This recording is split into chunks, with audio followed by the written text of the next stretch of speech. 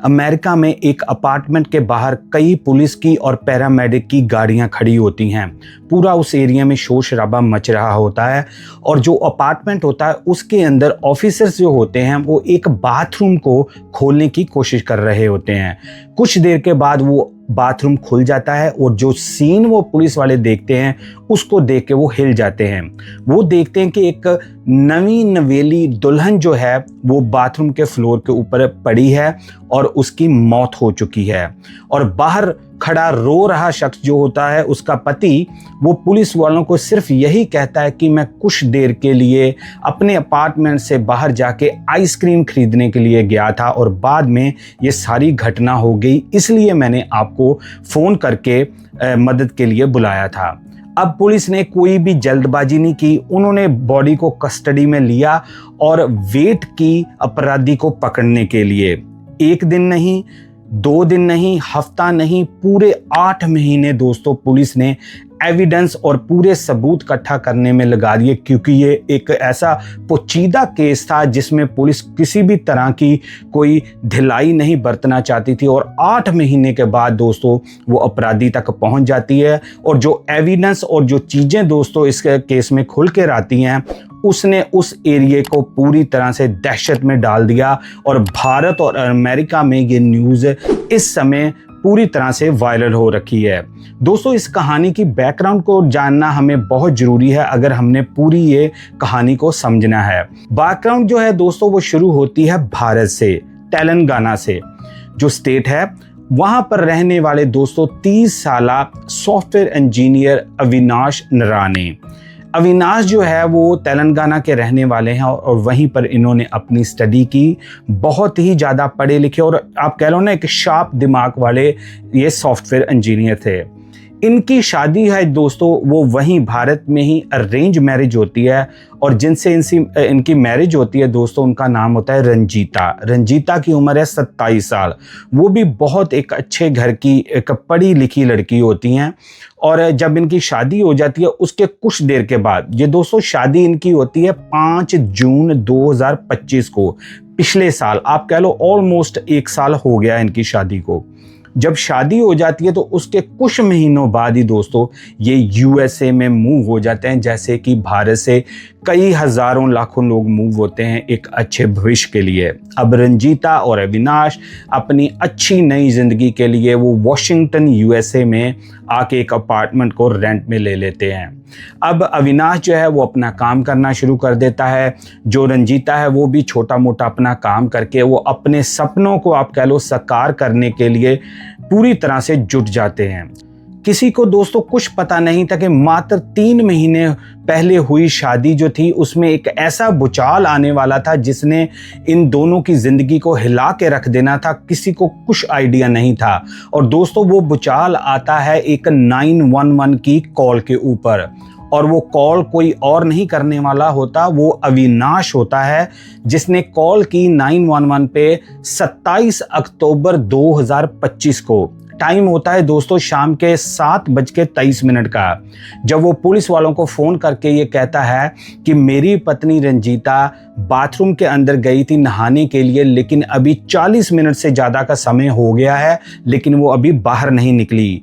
और उसने साथ में ये भी मेंशन किया कि जब वो नहाने के लिए गई थी तो मैं बाहर निकला था अपने अपार्टमेंट से और वहाँ पर मैं बाहर जाके मैंने कुछ मेडिसिन और आइसक्रीम खरीदी थी, और जब मैं वापस आया था तब 40 मिनट से ऊपर का टाइम हो गया था, तब तक भी जो रंजीता थी बाहर नहीं निकली। तो मैंने कोशिश की बाथरूम के अंदर कोशिश की जाने की ताकि मैं उसको निकाल सकूं या देख सकूं कि अंदर क्या चल रहा है, लेकिन मैं असफल रहा क्योंकि बाथरूम के अंदर कोई भी ऐसा रास्ता नहीं था जहां से मैं उसको बाहर निकाल सकूं। तो मुझे घबराहट हो रही है। तब तक किसी को कुछ पता नहीं था दोस्तों कि क्या रंजीता के साथ हुआ है।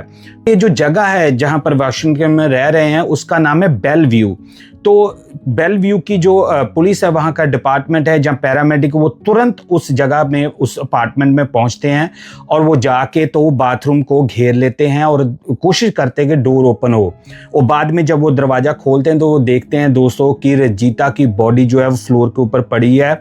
और अकॉर्डिंग टू उसके पति अविनाश, उसके अकॉर्डिंग ये 40 मिनट से ऊपर की बात हो सकता है वो गिर गई है बाथरूम में या क्या, किसी को कुछ आइडिया नहीं है।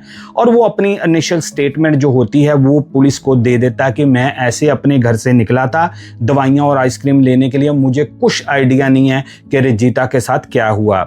यहाँ पर दोस्तों पुलिस जो थी उनको पता था कि कुछ ना कुछ गड़बड़ है, ऐसे कैसे हो सकता है एक हेल्दी, एक नई नेवेली दुल्हन जो है वो एक बाथरूम में जाए उसको कुछ हो गया। तो पुलिस ने कोई रिस्क नहीं लिया यहाँ पर दोस्तों।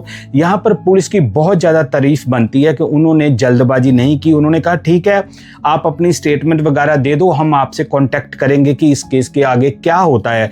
पुलिस अपनी इन्वेस्टिगेशन शुरू कर देती है और बॉडी को वो भेज देती है दोस्तों पोस्टमार्टम के लिए। अब दोस्तों ये जो जांच थी दोस्तों आगे बढ़नी शुरू हो जाती है और जो आगे दोस्तों पोस्टमार्टम की रिपोर्ट आती है उसने पुलिस को पक्का यकीन दिलवा दिया कि ये कोई नॉर्मल केस नहीं है। और दोस्तों वो जो पोस्टमार्टम की रिपोर्ट आती है वो आती है दिसंबर 2025 में। ये इंसिडेंट होता है दोस्तों 27 अक्टूबर को और दिसंबर 2025 को ये रिपोर्ट पोस्टमार्टम की आ जाती है। आगे जाने से पहले दोस्तों मैं आपसे एक हम्बल रिक्वेस्ट करना चाहूँगा कि अगर आपने अभी तक इस चैनल को सब्सक्राइब नहीं किया तो इस वीडियो को देखते हुए ही आप चैनल को सब्सक्राइब जरूर करना, क्योंकि हमें आपकी सपोर्ट की ज़रूरत है। चलिए अब कंटिन्यू करते हैं स्टोरी को। तो दोस्तों जब रिपोर्ट आती है दिसंबर के अंदर, वहाँ पर साफ हो जाता है कि जो रंजीता है उसकी ना तो गिरने की वजह से मौत हुई है, ना ही उसकी कोई ऐसी हेल्थ कंडीशन थी जहाँ हार्ट की कोई इशू था, कुछ नहीं था। उसकी सांस रुकने की वजह से मौत हुई है। अब दोस्तों आपको क्लियर हो रहा होगा कि क्या रंजीता के साथ ये हुआ होगा। सांस रुकने का मतलब है कि पूरी तरह से किसी ने उसका गला दबाया है या किसी ना किसी तरीके से रंजीता की सांस रोकी गई है जिसकी वजह से उसकी मौत हुई है। अभी भी पुलिस दोस्तों, अभी भी पुलिस किसी तरह का रिस्क नहीं लेना चाहती थी कि किसी के ऊपर हाथ डाल के उसको अलर्ट कर दे, जहाँ कोई ना कोई ऐसा तरीका वो बंदा निकाल ले, शख्स निकाल ले अपराधी के बच के निकल सके। इसलिए पुलिस ने अंदर ही अंदर पूरी अपनी जानकारी जुटानी शुरू कर दी और उसमें दोस्तों स्टार्टिंग में वो जो पूरे सीसीटीवी कैमरास थे वो खंगालते थे।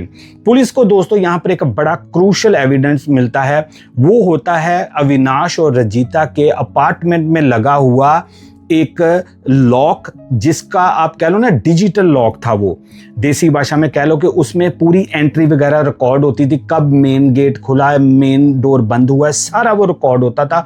वो बड़ा क्रूशल एविडेंस था। क्यों? क्योंकि दोस्तों ये जो अविनाश है इसने पुलिस को अपने इनिशियल स्टेटमेंट में और एम्बुलेंस की कॉल में बताया था कि मैं इस समय घर से बाहर निकला था और 30-40 मिनट के बाद मैं घर में वापस आया था, आइसक्रीम और दवाइयाँ लेने के लिए मैं गया था, इसलिए मुझे कुछ नहीं पता उसके दरमियान क्या हुआ था। यहाँ पर दोस्तों पुलिस को वो क्लियर बात हो जाती है, क्योंकि वो जो लॉक होता है डिजिटल, उसमें किसी भी तरह की कोई एंट्री नहीं होती। ना तो उस समय जब रंजीता बाथरूम में थी, ना तो उस समय कोई उस घर में आया था, ना ही उस घर से कोई बाहर गया था। तो इसका मतलब है कि अभी तक अविनाश जो था वो गलत बयानी कर रहा था पुलिस को कि मैं कुछ देर के लिए घर से बाहर गया था। और पुलिस ने जब सीसीटीवी कैमरा खंगाले तो उसमें भी क्लियर हो गया कि जो अविनाश है वो अपने घर से उस समय बाहर नहीं निकला। और इसके बाद दोस्तों पूरी तरह से आप कह लो ना एक सबूतों की झड़ी लग गई। और यहाँ पर आता है दोस्तों पूरा आप कह लो ना धमाका करने वाला एक एविडेंस। वो आता है जो रंजीता है उसके मोबाइल फ़ोन से। वो क्या आता है दोस्तों कि रंजीता ने अपने फ़ोन के ऊपर एक नोट, जहाँ आप कह लो एक मैसेज सेव किया हुआ था, जिसके ऊपर लिखा था कि कुछ देर पहले अविनाश ने, कुछ दिनों पहले कह लो या कुछ देर पहले, कि अविनाश ने मुझे एक स्मूदी बना के दी थी। देसी भाषा में जिनको नहीं पता, फ्रूट की एक जूस टाइप बना के दिया था। उसके अंदर जब मैं उसको पी रही थी मुझे लग रहा था कि कोई दवाइयाँ हैं उसमें, क्योंकि आप इंसान, आपको पता है कि जब आप कोई चीज़ पीते हो, जूस पीते हो, कुछ पीते हो, तो आपको पता चल जाता है कि ये जूस है या कोई दवाई मिक्स है।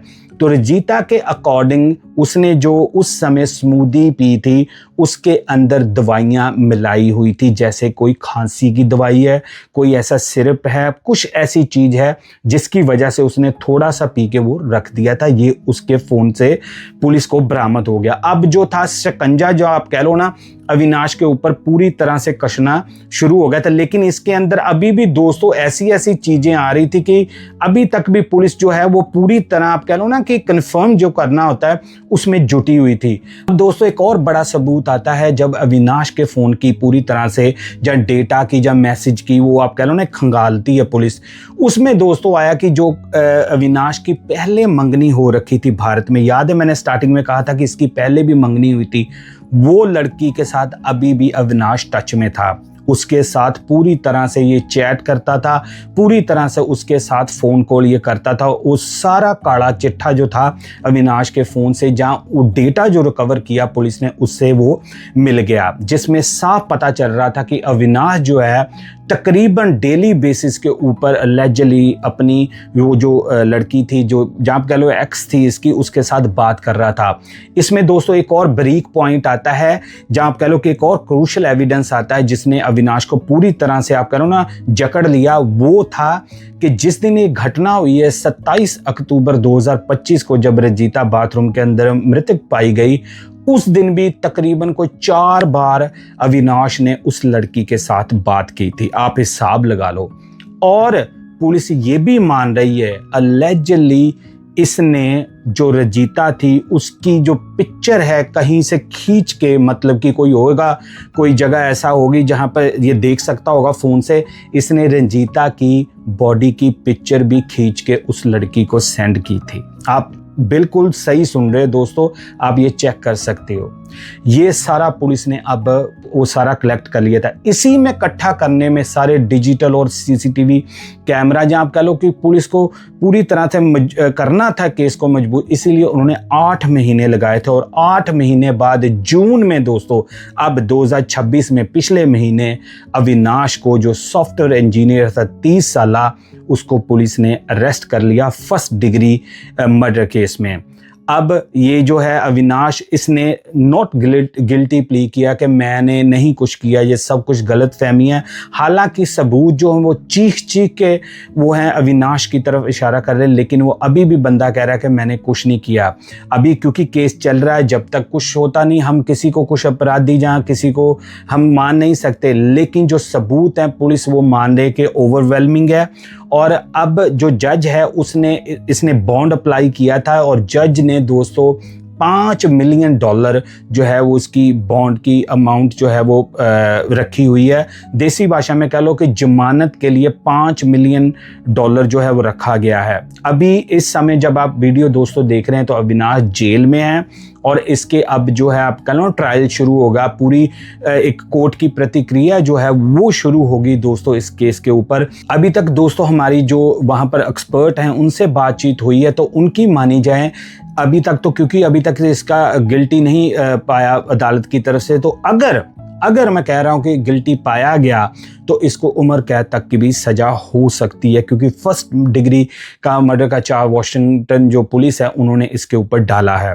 दोस्तों आप सोचो कि 3-4 महीने की शादी हुई है, अरेंज मैरिज हुई है, ये बंदा यूएसए में आया है और ये बंदे ने क्या हरकत की। आप सोचो, ये न्यूज़ दोस्तों पूरे यूएसए में उस एरिया में इतनी ज़्यादा वायरल हो रही है और लोग जो हैं वो आप कह लो ना यकीन ही नहीं कर पा रहे कि यार अगर तुमने ऐसा काम करना था जहाँ तेरे को नहीं था पसंद, तू शादी ही ना करता, तू ना ही बोल देता। तुमने किसी की लड़की को शादी करके तीसरी जगह पर ला के उसके साथ ऐसा किया, तुम्हारा क्या हक बनता था? नहीं तुम्हारा शादी बन रही थी, नहीं तुम्हारा आपस में चल रहा था तो तुम छोड़ देते। किसी की जान लेना, मैं बार बार कह रहा हूं कि अभी वो प्रूव होना बाकी है, लेकिन जो सबूत हैं दोस्तों उसके आधार के ऊपर हम कह रहे हैं कि जो वो सबूत पुलिस ने इकट्ठे किए हैं वो इंडिकेट कर रहे हैं कि ये सारा किया धरा अविनाश का ही है। दोस्तों इस कहानी से हम बहुत कुछ सीख सकते हैं। आप सोचो सबसे पहले कि जो रंजीता का परिवार है उनके ऊपर क्या बीत रही होगी, किसी की बेटी, किसी की बच्ची जो लाड से प्यार से नाजों से पाली हुई होगी, जिन्होंने शादी खुशी की अरेंज मैरिज कि चलो इसकी लाइफ जो है वो बाहर की कंट्री में अपने पति के साथ सेट हो जाएगी, उनके ऊपर क्या बीत रही होगी। किसी की बेटी के साथ इसने बंदे ने ऐसा किया। यार मैं बार बार कह रहा हूँ अपनी वीडियोस में, हर बार मैं लोगों से अपील करता हूँ, अगर आपका रिश्ता नहीं चल रहा तो उसका ईजी वे है कि आप एक दूसरे को छोड़ दो। बाहर की कंट्रियों में काउंसिल है, बहुत कुछ हेल्प है दोस्तों। किसी की जान लेना कोई भी किसी भी मकसद या आप कह लो किसी मुद्दे का हल नहीं है। अब जो इसने पाप किए हैं विनाश ने, वो आगे आने वाले दिनों के अंदर हमें पता चलेगा कि इसको क्या सजा मिलती है या क्या केस के अंदर होता है, क्योंकि अभी तक इसने कहा है नॉट गिल्टी कि मैंने कुछ नहीं किया। जो भी कुछ दोस्तों इस केस के ऊपर अपडेट आएगी मैं आपके साथ जरूर शेयर करूंगा। आप कमेंट में अपनी राय जरूर देना कि क्या आपको लगता है कि ये सारा कुछ किया धरा अविनाश का, या जहाँ इस केस में कोई और भी परतें खुल सकती हैं। आपको पता मैं हर एक का कमेंट पढ़ के आपको रिप्लाई करता हूँ। अब मुझे दें दोस्तों इजाजत, मैं मिलूंगा एक और ब्रांड न्यू केस में। तब तक लिया यूजुअल दोस्तों, जय हिंद।